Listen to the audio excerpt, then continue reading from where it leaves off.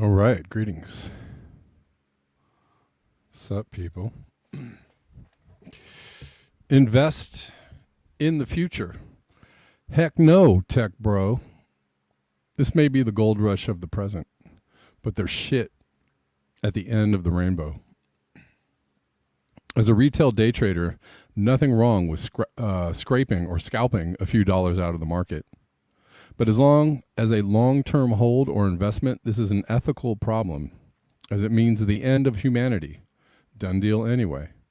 Kind of like investing in oil stocks. Sure, it's always profitable, but you know you're supporting death. Kind of like buying Raytheon or Lockheed Martin. Yes, big money, big death.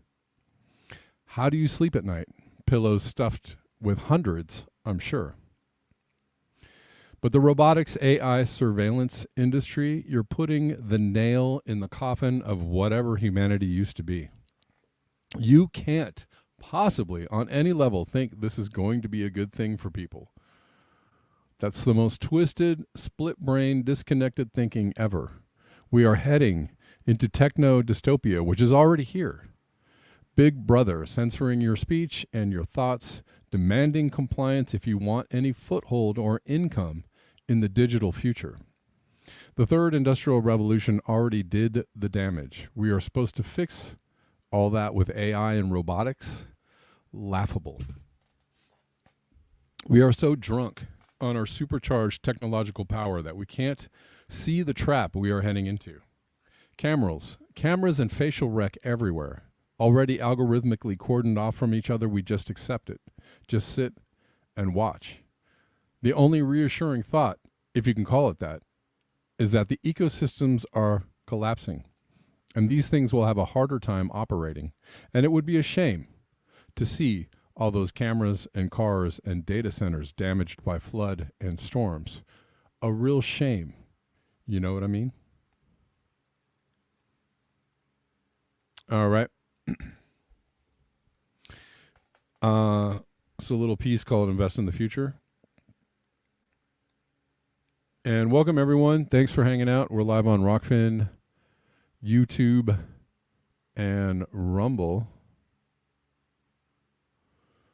Don't know who's on Rumble. I did not post this show earlier today, so I don't know if people are getting the notifications. Assume you will not get a notification. I don't know. Would you guys be into getting like email notifications? Would that be helpful for you? If I had like an email list of Black Bear Newsers, and you want me to put you on a list, and I will send out an email every day letting you know what time the show is or if we're live or not. I mean, right now, it's Monday through Friday at 4 p.m. We do a brain fallout on Wednesdays. That's what it is right now. However, starting tomorrow, and sorry to change it up on you once again, but starting tomorrow, the show is going to be at 11 a.m. 11 a.m. in the morning. That's on Pacific Coast time. I've got to try and change my schedule up because last week I was just having a hard time functioning because I was exhausted. So I'm gonna try something different. A link tree would be good. A link tree would be great. I mean, I have an email service which I use for music, so wouldn't be hard to incorporate the Black Bear News folks. I once in a while I get emails on my website for Kevin Sandbloom, of course, but I have a blackbearnews .org and I think a .com. I don't have a Black Bear News website, so maybe I'll just set up a website just for the email sign up or something. I don't know.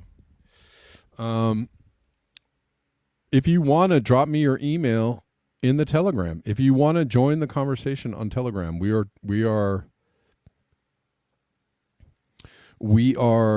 chatting 24/7 on Telegram. Did you all know that? It's t.me/blackbearnewschat. Just download the Telegram app on your phone or on your computer and go to that link. The link is in the description box of all the channels you're watching on, and you can, pretty much be in the chat 24/7. If you want to drop your email there to be on the Black Bear News email list, that would be fine. That would be a fine place to do it. Oh, look at that. William Moy giving me his email right away, so that's cool. I got you, William. Thank you. We'll just put this in the chat. Or we'll put this in the list, and then we'll try and get an email list going, okay? So, yes, guys, tomorrow at 11 a.m. is the new time of the show. We're gonna try 11 again. I don't like to change it. I don't like to change it too much. I'm just really trying to figure out, schedules. So that's it. I kind of feel like mornings are better for people anyways, or earlier is better. At least that's the vibe I'm getting. That it's a little more difficult for people to hang out in the afternoon or in the evening, as it were, for other people. Plus, there's also lots of people in like Europe, right? And there's people overseas that it's really late for them. The 4 p.m. shows are late for them, so more doable if I do 11 in the morning. We'll see. We'll see how it goes. Anyways, drop your email in the Telegram. Join the Telegram. Let me know. Okay.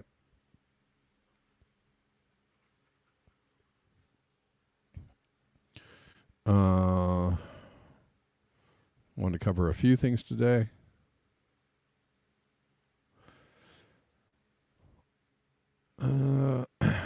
And I am so backed up.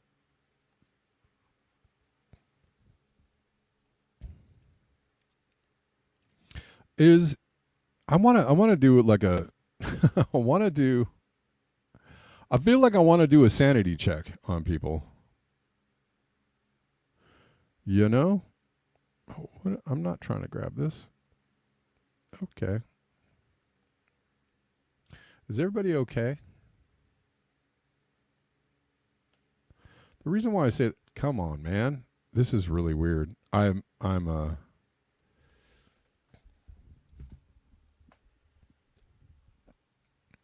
Delene, I'm not aware of what's going on in Zaporizhia, but though it's been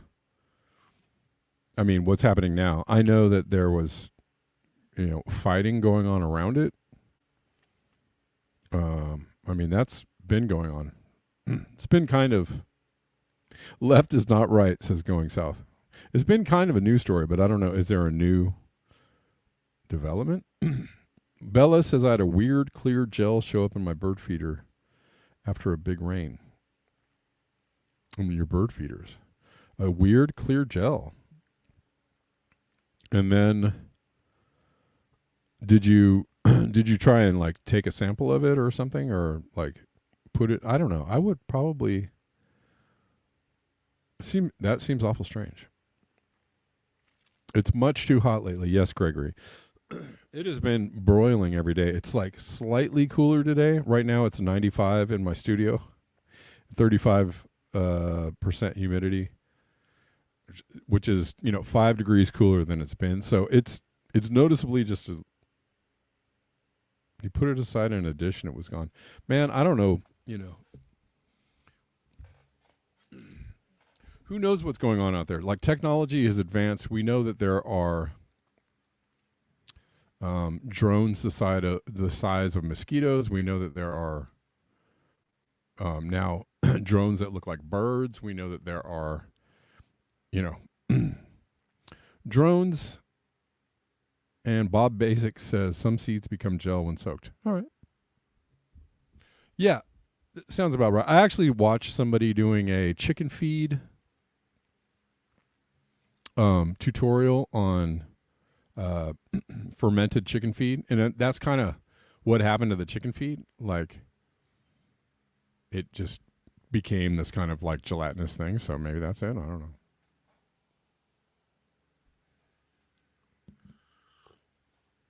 But yeah, you would think that it would last a while.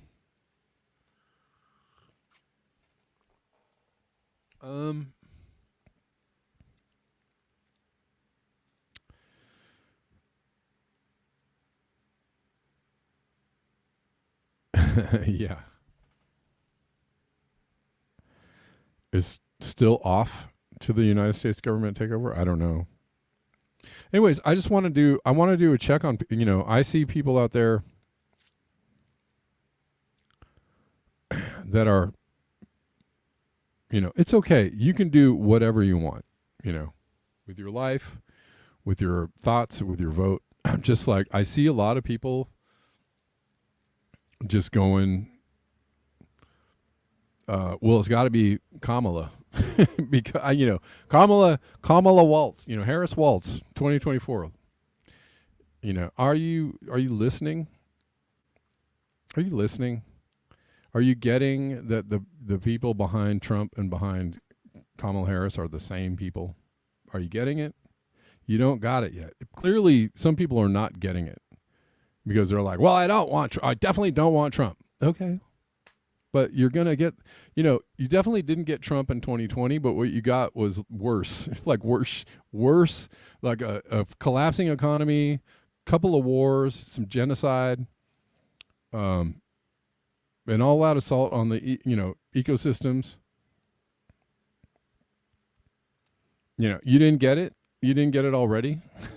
It's not about like who's better or who's worse. It's about like the fact that, both sides are going to take you down pretty much the same way. So I don't know that we're going to, voting is going to be helpful for that. And anyways, whatever.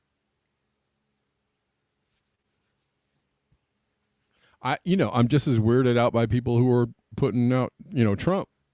I had somebody I know on Facebook say like, a vote for Kamala is a vote for socialism. I was like,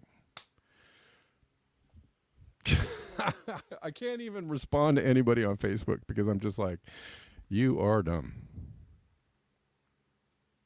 You don't understand, do you? You don't even know what socialism is. So why even say the word? Why even put it out there?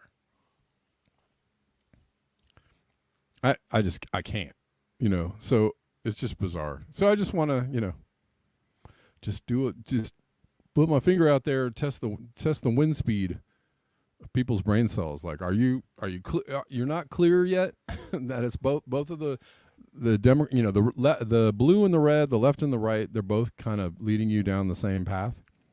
You may say, well, what do we do? Well, I definitely don't want that guy. It doesn't really matter. I mean, if it makes you feel better, vote for Kamala. But, I don't know. I think Biden made a lot of people feel better, or the fact that Trump was gone made a lot of people feel better. But were you paying attention to how bad things are? Have you been paying attention to how crappy things are? I'm not saying that, you know, Trump taking office again would have been better. I'm just saying people went hard for Biden and they got like, you know, things got worse. So things are not going to get better or not get worse, right? Do you understand? Things are not going to not get worse if you vote for one person over the other. You're going to have to do something different. We're going to have to do something different. We're going to have to do something different. Okay? Just putting that out there. All that being said, I wish you the best. I wish everyone the best. I wish that, you know, there was a different outcome to all this stuff. I don't know.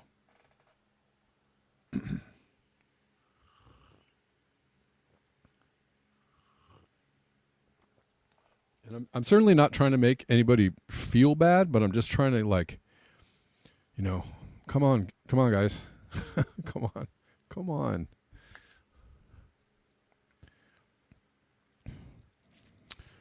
Zaporizhia is the largest nuclear power plant in Europe.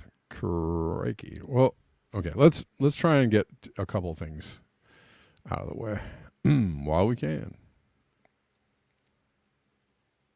Yeah, well, you're right, Delene. It's exactly what they want. People talking about political theater instead of more important things. Or, you know, actual things that we could do just, you know, to slow down the train wreck or, you know, stop the train wreck that we're heading towards. You know, actual things that we could do. And, you know, instead of putting up, you know, names like, yeah, go team, my team, you know. It's not sports. It's people that kind of control your lives. You know, it's a little different from sports. My team is better.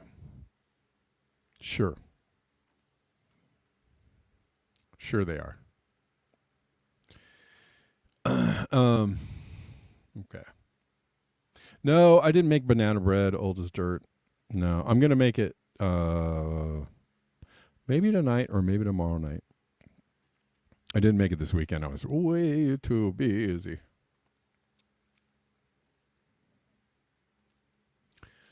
Well, speaking of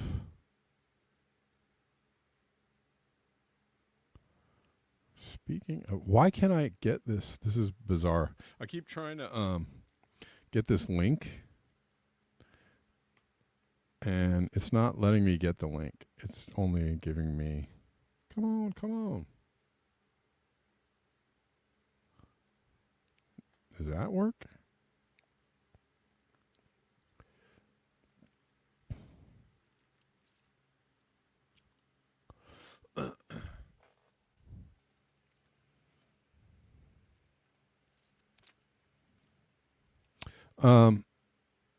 Can y'all see it? No, you cannot see this.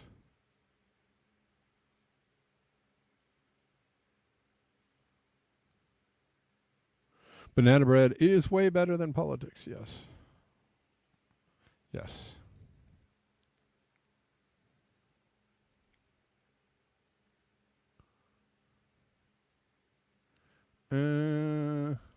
Let's see.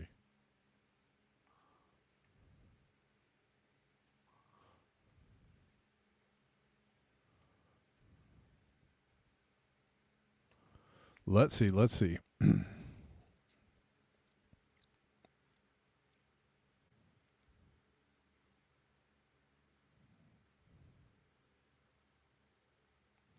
Where is this news about Zaporizhia? Give it to me.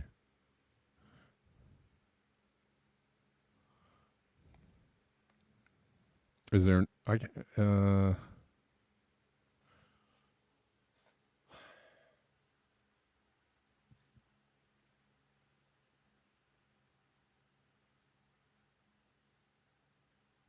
Zaporizhia nuclear reactor damage following drone attack.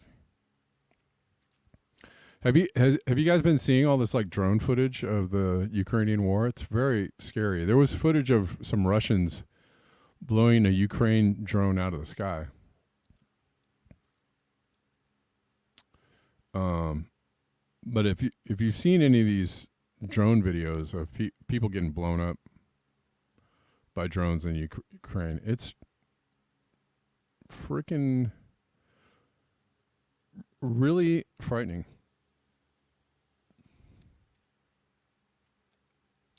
Nuke watchdog. Okay, New York Post. All right, let's check this out, and we'll go back to what we were looking at. Nuke watchdog warns attack on Russian-controlled plant must stop now.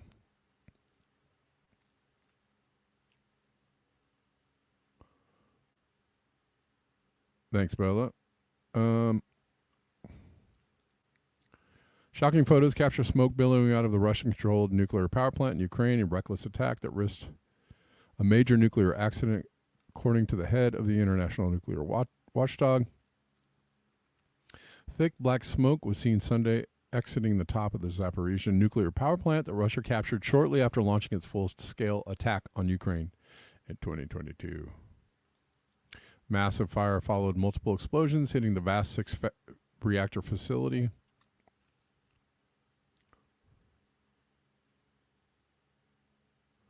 Well, so who's attacking it? Ukraine? I mean, it's Russian controlled. They must stop now. A non-functioning cooling tower was damaged in the fire. Ukraine's nuclear power company, Energoatom, said in a statement. Ukrainian President Zelensky said initial tests showed that the radiation indicators are normal, but as long as Russian terrorists maintain control over the nuclear plant, the situation is not and cannot be normal. Okay. Well, who's attacking it? Russia said since the first day of the seizure of Zaporizhzhia nuclear power plant, uses it purely for blackmail in Ukraine and all of Europe and the world. He wrote, only Ukrainian control over Zaporizhzhia station can guarantee a return to normality and full security. Okay. Alexei Likachev, head of the Russian state nuclear corporation Rosatom, blamed 2 drone strikes from Ukraine, according to Interfax news agency. He offered no evidence. He said the fire burned for about 3 hours and caused very serious damage to a cooling tower, which might need to be replaced. Well, he offered no evidence, but if Russia controls the plant, who would be striking it? So just use the logic. Just use the logic. Russia controls the plant. They're going to bomb the plant. Why would they do that?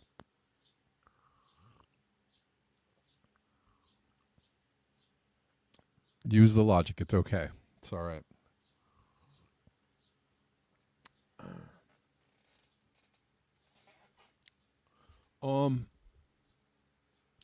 It's a Ukrainian plant. Yes, Russia took it over. I'm just saying they control it. Why they wouldn't, if they were controlling it, they wouldn't be bombing it, but I don't know.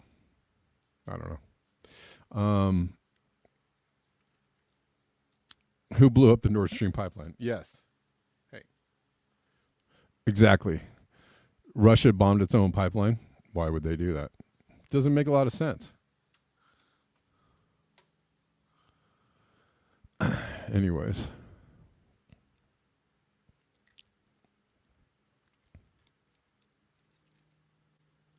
So it's a little weird for, it's a little weird for Ukraine to be crying over this when I don't see why, Russia controls the plant.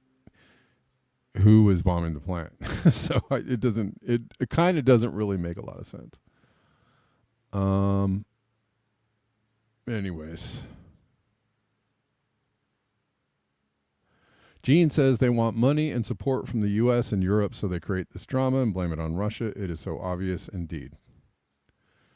I agree. Yeah, this has been the Zaporizhzhia plant has been kind of a focal point over and over, for the last few years. So it's not a great situation. And it seems like it is, the danger element obviously is a real one, but it also seems like it's being used to foster, concern, which people should be concerned, but, I don't know. It's a nuclear plant. U.S. Air Force is refusing to comply with an EPA order to clean up drinking water it polluted with toxic PFAS or PFAs, claiming the agency lacks authority since Chevron doctrine was struck down by the Supreme Court. Well, isn't that handy?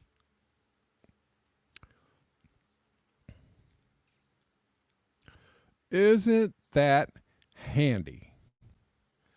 They struck down the Chevron doctrine, and now the Air Force is like, nah. The U.S. Air Force is refusing to comply, and I don't need to drink this again. Read this. I don't know what's wrong with me.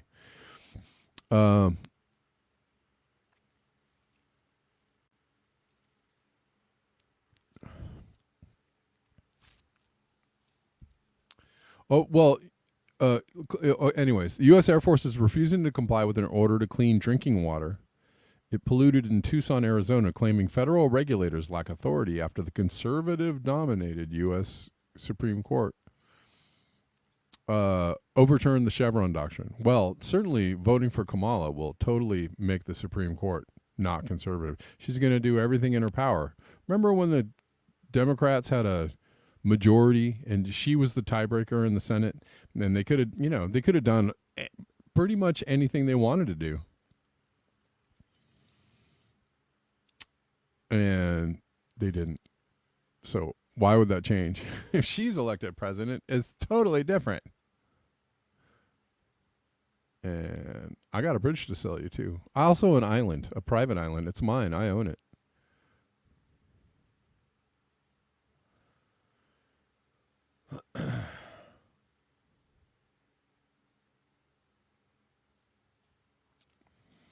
Something's in the water says Nord Stream was punishment for Germany shutting down all their nuclear plants.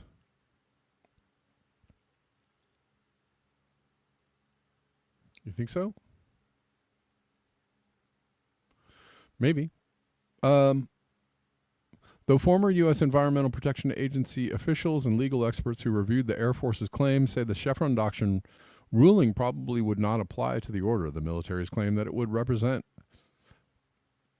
an early indication of how polluters will wield the controversial court decision to evade responsibility. It appears the Air Force is essentially attempting to expand the scope of the court's ruling to thwart regulatory orders not covered by the decision, said Deborah Ann Sivas, director of the Stanford University Environmental Law Clinic. It's very odd, she added. It feels almost like an intimidation tactic, but it will be interesting to see if others take this approach and it bleeds over. The Supreme Court in late June overturned the 40-year-old Chevron doctrine, one of the most important precedents. The decision sharply cut regulators' power by giving judges the final say in interpreting ambiguous areas of law during rulemaking. Judges previously gave deference to regulatory agency experts in such questions. The ruling is expected to have a profound impact on the EPA's ability to protect the public from pollution, and the Tucson dispute highlights the high stakes in such scenarios. Clean drinking water and the health of hundreds of thousands of people hangs in the balance. Several Air Force bases are largely responsible for trichloroethylene, volatile organic compounds, and PFAS-contaminated drinking water sources in Tucson. A 10-square-mile area around the facilities in Tucson International Airport were in the 1980s designated as a Superfund site, an action reserved for the nation's most polluted areas. The EPA in late May issued an emergency order under the Safe Drinking Water Act requiring the Air Force to develop a plan within 60 days. An emergency order, 60 days to address PFAS contamination in the drinking water. Filtration systems put in place in 2014 for TCE and other chemicals are currently removing PFAS, but the systems were not designed to remove PFAS, and the added burden is straining the system. Officials previously shut down a well in 2021 when contaminated water nearly broke through the system, the EPA wrote. Such a breach could leave the Arizona city without safe water. Okay.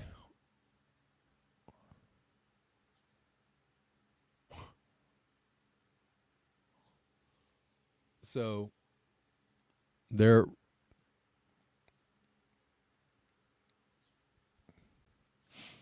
not going to. I mean, they're not going to clean this up. Great.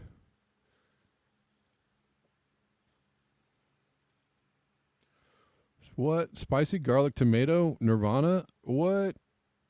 I'll need to have some of that.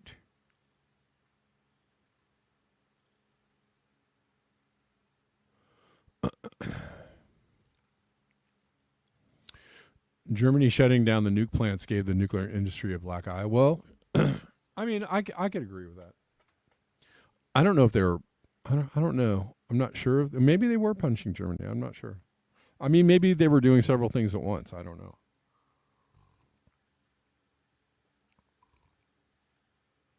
It is interesting that Germany shut down all the nuclear plants, and I actually applaud them for doing that. One of the sane countries of the planet. Cool. Oh, I love some peppers. Thanks, Bella.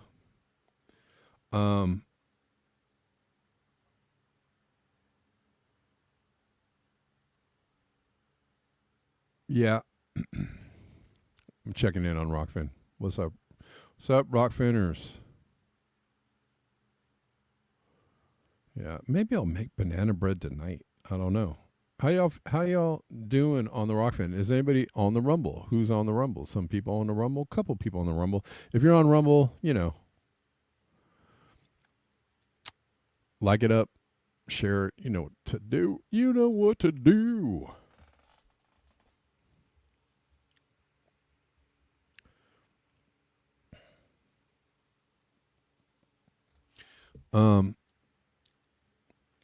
Well, that's concerning that the Air Force is basically giving Tucson the finger.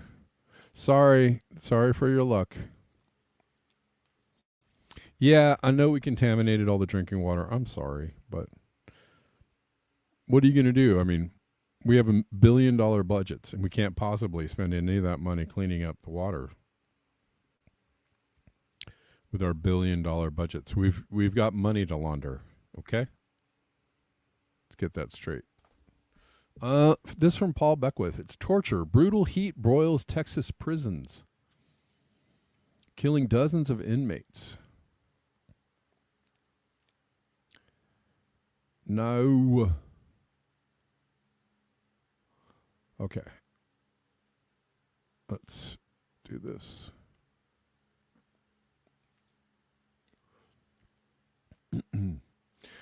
Gene, that is going to be a very short list of places in the U.S. that have clean water. I think it'll be, but it would be good to know, right? Where's the water clean? Where's the clean water?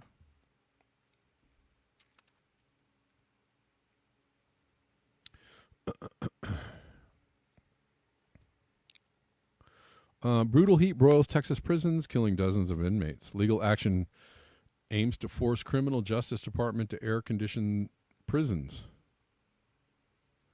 where 85,000 are at risk of heat illness. Jason Wilson was transferred in June to the Cofield Unit, a men's prison in Texas, to serve his sentence for unlawful possession of a firearm. He was initially pleased by the change of scenery. He was aware that the lockup could be challenging in summer given its lack of air conditioning and the intense heat in the cells, but his previous institution had been depressing. Over the next few weeks, the tone of Wilson's emails darkened. Oh, it's better here for sure, he wrote in an email.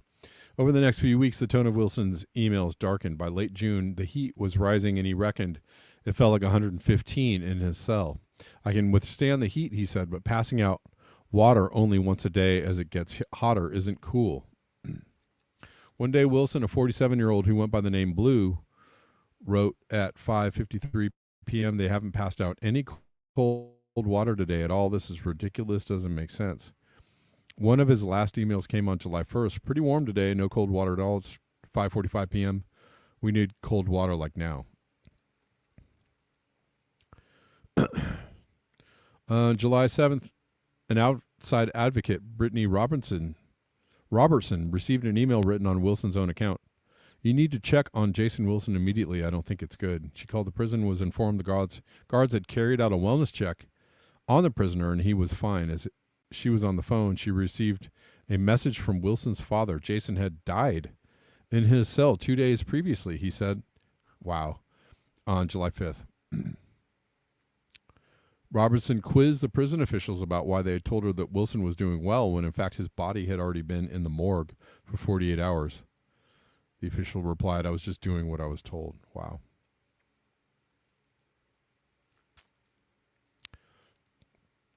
That's insane. Jason Wilson's death was raised in testimony in a 4-day hearing last week in federal court in Austin, Texas, where the state's Department of Criminal Justice is being sued for subjecting inmates to cruel and unusual punishment, banned under the U.S. Constitution. Ha! U.S. Constitution.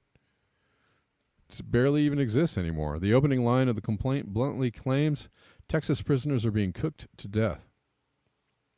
With Texas reaching its summer temperature peak over the next few days, the complaint says the prisoners suffer 100 plus Fahrenheit heat on a daily basis.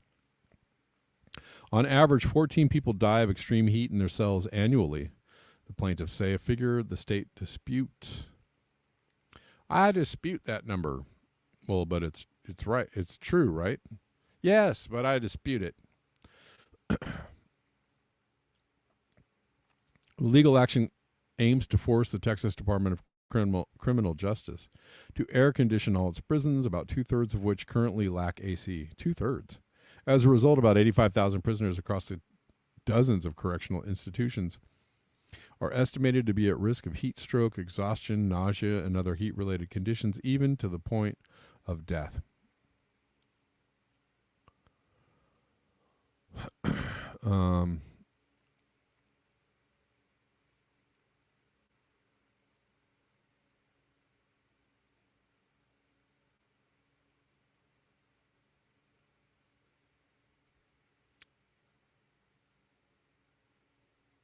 Anyways, I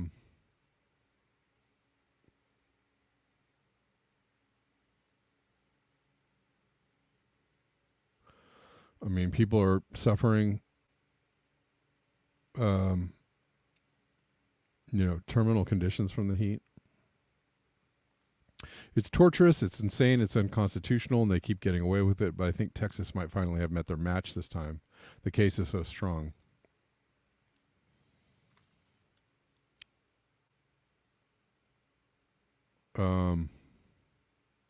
The TDCJ denies there have been any deaths caused by the heat since 2012, insisting the facilities during the summer months can be explained by the fatalities during the summer months can be explained by inmates' underlying medical conditions.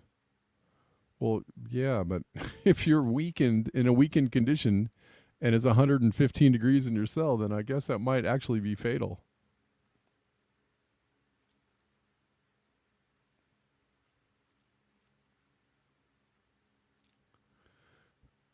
Oh, Lone Wanderer, yeah. It's Texas, though, not surprised. Not surprised. Yeah, this is rough.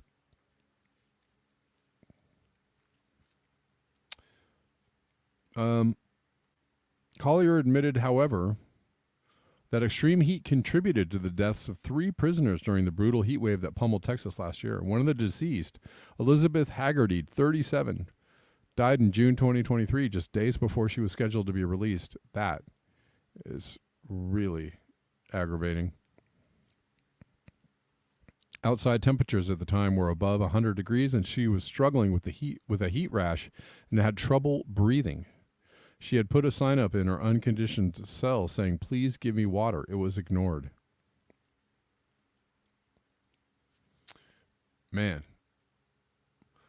Another of the prisoners, John Castillo, 32, was recorded to have a core body temperature at the time of his death of 107.5 Fahrenheit.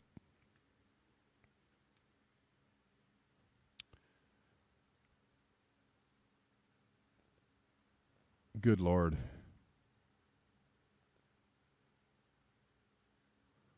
That's rough. Also, there's a lot of times there's not heat in these facilities either, or very little heat. So, the cold will get you too.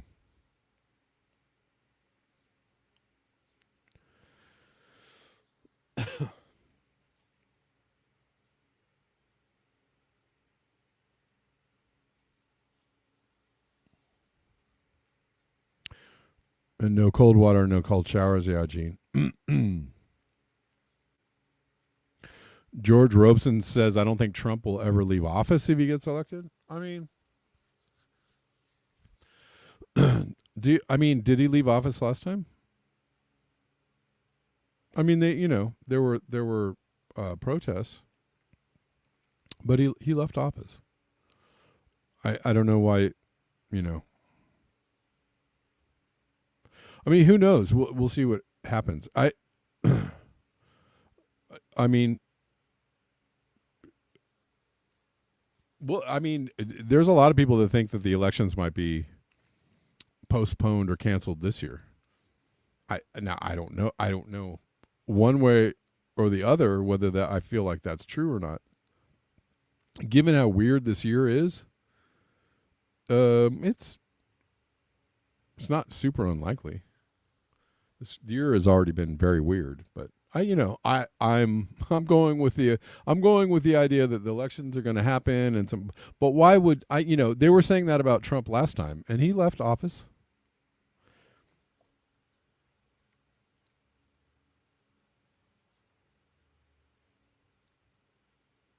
I mean, I don't know. I don't necessarily see that, but there's, you could say that about, I mean, look, let me just put it this way. And again, I'm not like arguing for Trump. I'm not arguing for Trump or Harris. I'm not arguing for either one of them. We're going to get the same thing with either one. Right? We're going down the same road with no brakes, regardless of who takes power. So it's I think it's a bad thing either way, right? Trump gets in office, bad things happen. Harris gets in office, bad things happen. It's kind of, we're not really going to get a respite from that. We're going to have to do something else than voting. Personally, that's just my personal opinion. But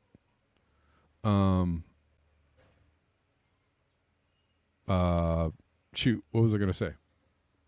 What was my point? Oh, the Democrats didn't have a primary. Like, I mean, the Republicans at least kind of, had a primary where people were on the ballot. Other people were on the ballot, but Trump was the presumed nominee. But the Democrats just basically said, like, no, nobody else on the ballot. Biden's going to be our guy, and that's it.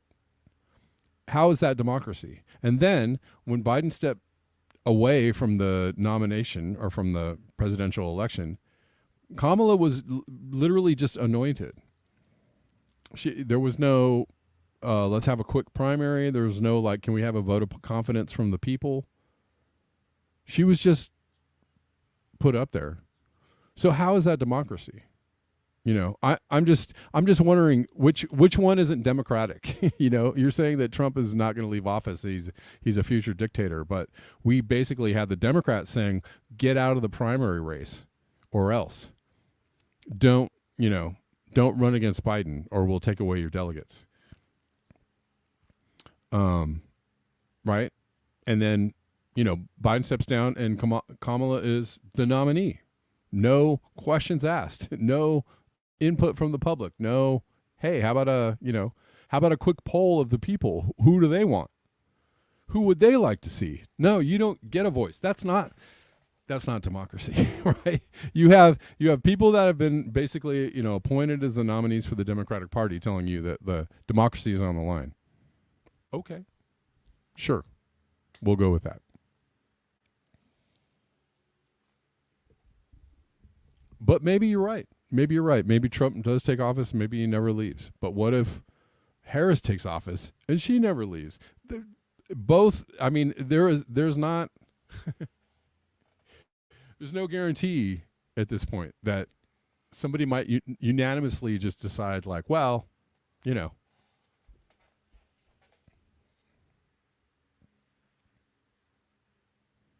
we're just going to do it like this because, you know, emergency or something, right?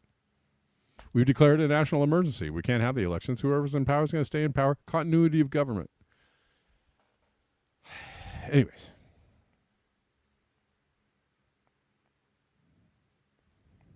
That's all. I just, you know, it's kind of the same arguments that we heard in 2016, in 2020. Here we are in 2024. It's the same lines, you know.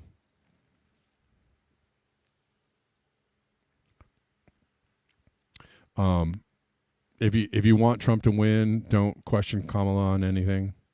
Just support her. That's it. With no questions asked. No, you know. It's wild. It's kind of wild. To me, it's wild.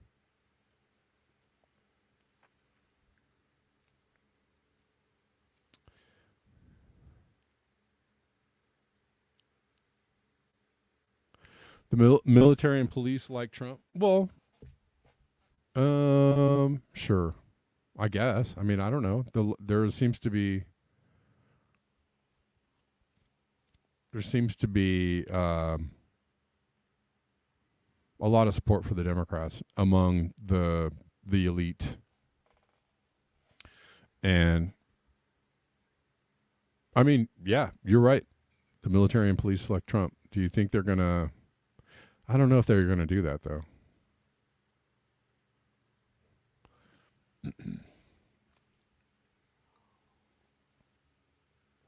Personally, I think that they want Trump to win, and that's how it's going to go. So I don't know, but you all may be right. I may be totally wrong.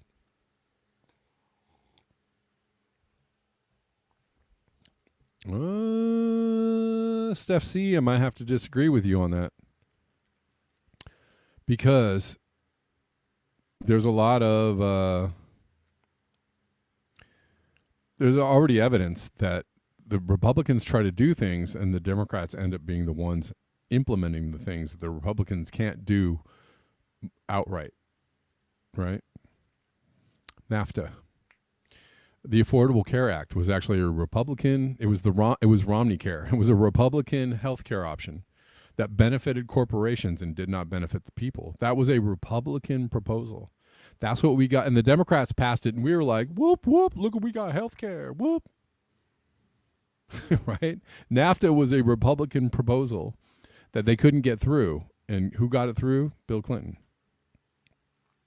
I'm sure that Ukraine and, you know, whatever's happening in the Middle East or whatever is about to happen in the Middle East are things that the military hawks want to happen.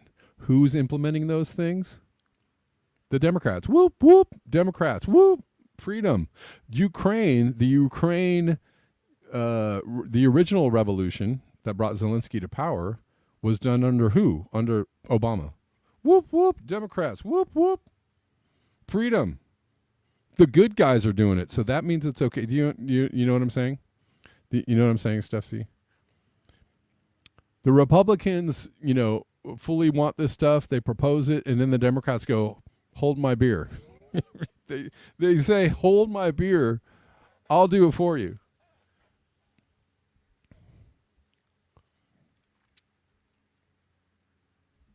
Yeah, that's about right, Gene. Your dictator is already the ruling class. They just let you think you're a vote. Exactly.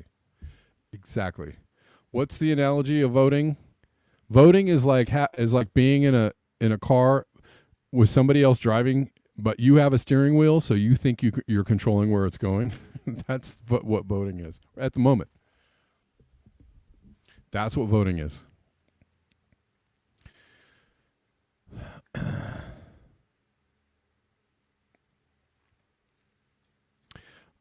I actually said like a month ago or so that we may actually get somebody totally different than Harris or Trump as president. That would be another scenario that people wouldn't expect, but just, be open to possibilities.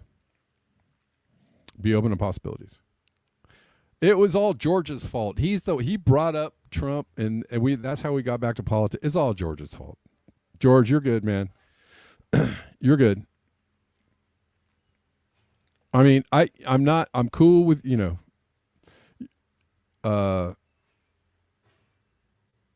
is a debate. We're talking, you're giving me your opinion. I'm just giving you my thoughts on your opinion.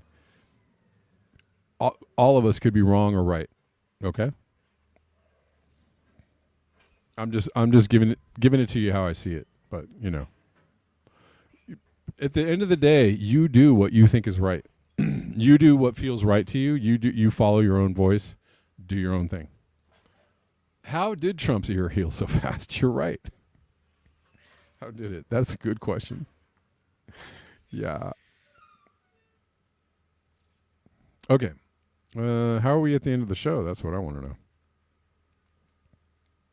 know. Guys, if you like this show, coming to you.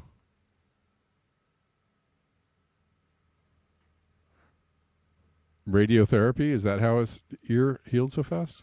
If you like this show, coming to you for free $99, Monday through Friday, every day of the week.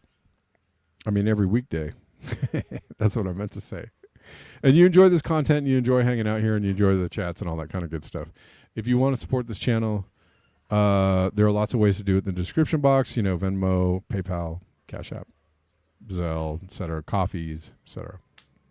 A lot of you already support the show, and you know who you are, and I really appreciate you. And I appreciate you all hanging out.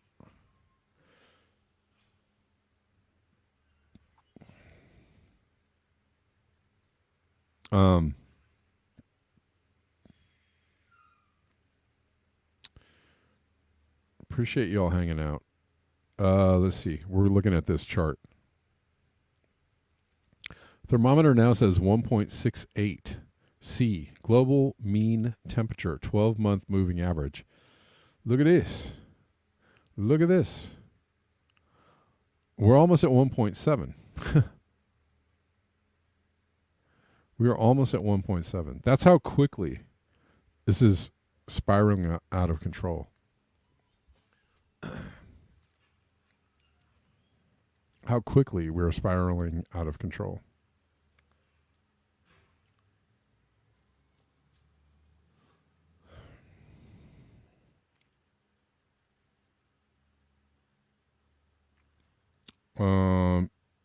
Somebody says, we are toast, not quite yet, but this acceleration should instill a sense of urgency into everybody.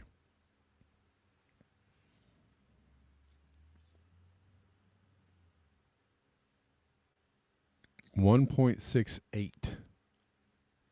Chow, that's hot. Yikes, that's hot.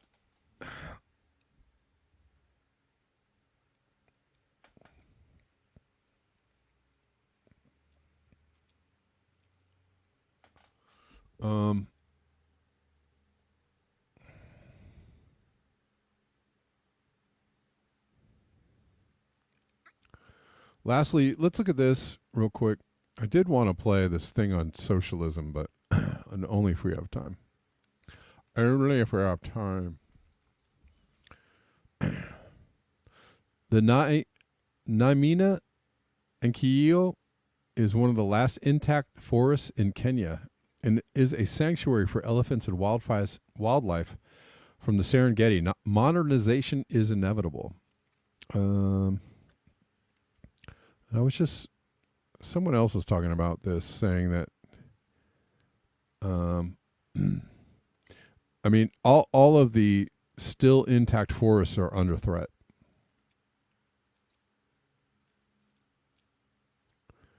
This remote mystical forest has been protected for centuries. Now it's under threat.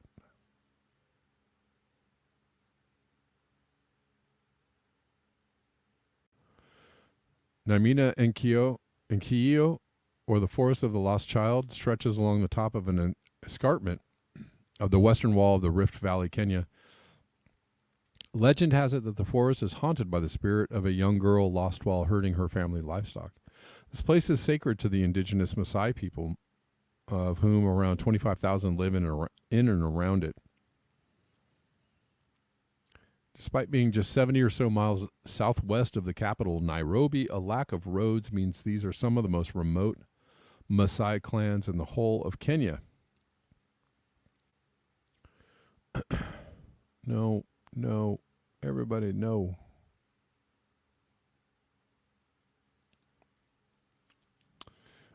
Not used to the human presence, the forest animals are shy and know how to avoid our noisy footsteps and nosy footsteps. It's hard to make out any creatures, but there are signs of them everywhere. Piles of fresh elephant and buffalo dung obstruct the path. Chirps echo from the canopies.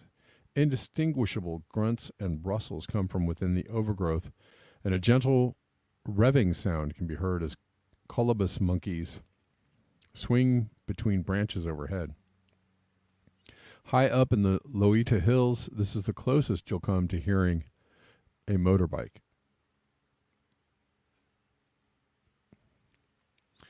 The deep-seated respect for the forest has earned its protection, unlike many other forests in Kenya that have been logged or developed. Naimina and Kio remains largely intact. According to analysis of the Hansen Global Forest Change data by the Mara Elephant Project, it has lost only 2% of forest cover since 2000, while some others in Kenya have lost 20 to 60% in the same time frame. But there is a growing fear among the community and conservationists that this could soon change due to threats from land privatization, cultural shifts, and climate crisis. This could have huge effects on the wider ecosystem located between the wilderness of the Serengeti and the Masai Mara. The forest is a critical watershed, feeding the parched plains below where livestock graze and vast herds of wild animals migrate. It is a crucial drought reserve for elephants and a lot of the wildlife that comes up from the Mara Serengeti ecosystem, explains Rob O'Meara, a conservationist who, together with his wife, Sarah, both Kenyans, live at the center of the forest with permission from the Maasai. He describes how, as climate change causes longer and harsher periods of drought, the forest could provide a lifeline to both humans and animals.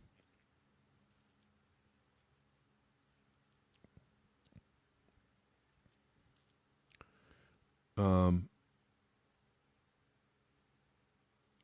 a shady clearing, a group of Maasai elders sit in a circle on the grass. Their rungus, short wooden clubs used for hunting, lie by their side.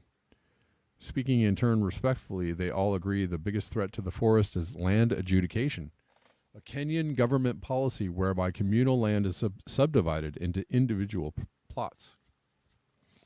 Practice began during the British colonial period and was designed to convert land into a valuable asset that could stimulate rural development and prevent boundary conflicts, but critics warn of its ecological consequences, leading not only to an increase in fenced enclosures that prevent wildlife movement, but also roads, crop farming, and timber trade. In 2020, the Loita area in southwest Kenya was marked out for adjudication by the government, and the process of apportioning land has since begun. The local Narok County government did not respond to requests for comment.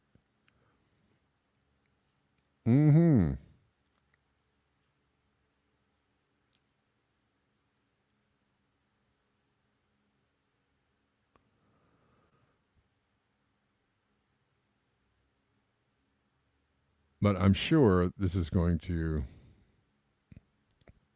well, as long as the human expansion continues, it's not, it's going to affect these forests unless we, agree to do something different.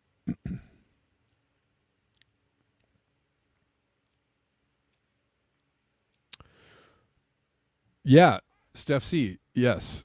What if we go to the convention and they're like, no, it's not Kamala. No, it's somebody else. I mean, I think they want Trump to win, and I think they want Kamala to be the sacrifice. I don't really see the point. I didn't see the point of changing out Kamala for Biden. I mean, to me it looks like, well, they think they're going to win, but or maybe they're just setting it up to be a very divided election result where people get really angry again. Whoever wins, people get like super mad. Maybe they want a civil war, right?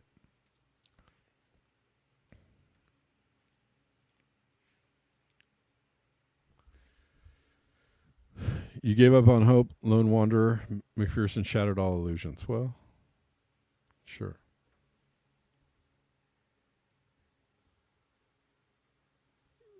Ding, ding, ding. Steph C. says, I don't think it matters who I vote for. President, I care more about our local people. Yeah. And it's better, I feel like you do better like in, just caring for your community or developing a community of like-minded people and maybe figuring out how to get away, you know what I mean? Get some like-minded folks together and get away from the system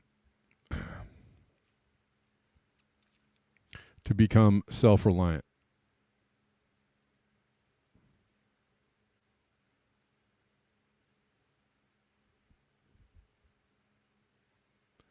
Right? Okay. Where did it go? Maybe I can find it real quick. I'm going to leave you all with this while I look. Let's see.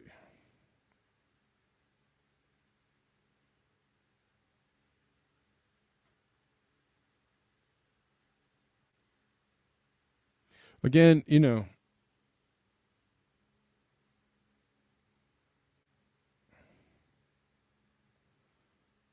I know that people want to have faith and hope in the political system or the strength of their vote. I know that. I know that. I mean, I'm right there with you. I mean, every election season, I'm like, maybe I was a Bernie fan, and I'm a fan of Jill Stein and RFK Jr. Do I think that they're going to affect, influence, and or change the outcome of the election? I don't think so.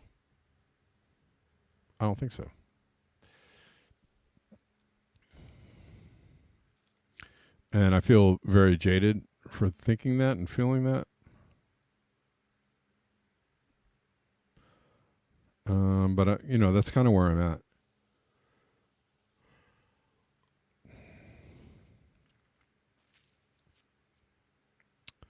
Oh, where is it? Oh, I think I'm on the wrong channel. Hold on. Let's see. I know I can find it.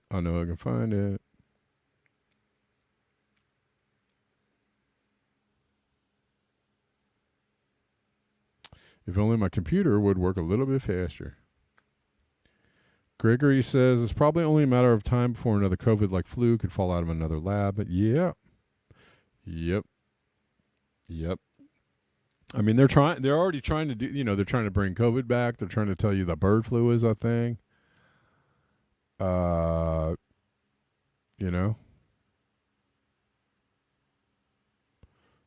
trying it. They're trying it. They're trying to get people all excited.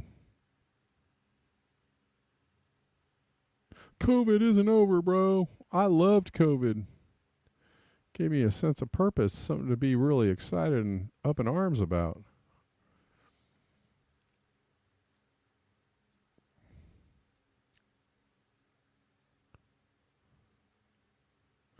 Let's watch this. On socialism. If socialism doesn't work, then it's no threat to capitalism and doesn't need to be bombed.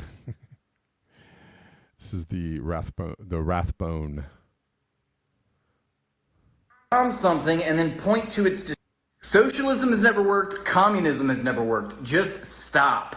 If either of those things didn't work as you claim, capitalism wouldn't bomb it everywhere it propped up in the world. You can't bomb something and then point to its destruction as proof it doesn't work. If I rigged explosives in a building and then detonated those explosives, that's not proof that the building was not structurally sound. That's just proof that I sabotaged the building. We have lived in a world of global imperial capitalism for 400 years, and in that time, certain oppressed places have sought to regain control over the all-powerful Western colonialists and imperialists. It's not edgy or morally correct to shame those people for that. Would you shame David for taking on Goliath even though David is far weaker than his opponent? Would you ridicule slaves for their failed revolt against their owners? Why would you shame the victims of U.S. imperialism? What you mean to say is that countries which have sought to undergo agrarian reform or economic and independent nationalism, which was antagonistic towards U.S. business imperatives, failed to achieve their goals despite being sabotaged at every turn militarily and economically by a world superpower, which has far greater resources and assets at its disposal. There's plenty of evidence in the historical record. There's plenty of declassified documents to sift through. Take a look at NSC 68. Take a look at the Powell Memo. Take a look at Operation Condor. Take a look at the Truman Doctrine. Take a look at the Monroe Doctrine. Take a look at the Marshall Plan. Read direct quotes from high-ranking state officials like Henry Kissinger, George Kennan, Dwight D. Eisenhower, the chief architects of foreign policy regarding communist and socialist countries and developments. This is not a secret.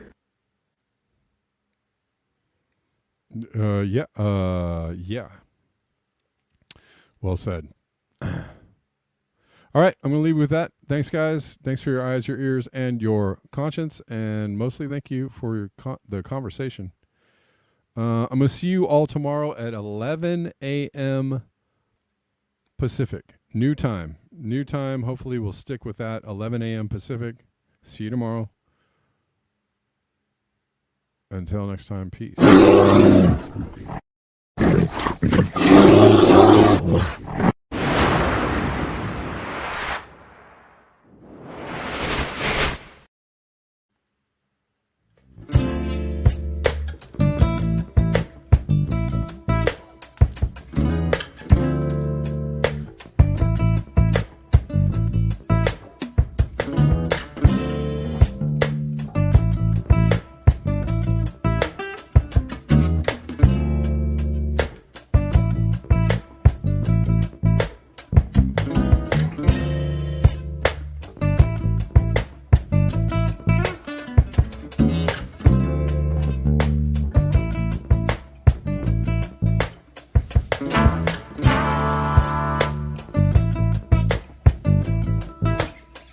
Mm-hmm.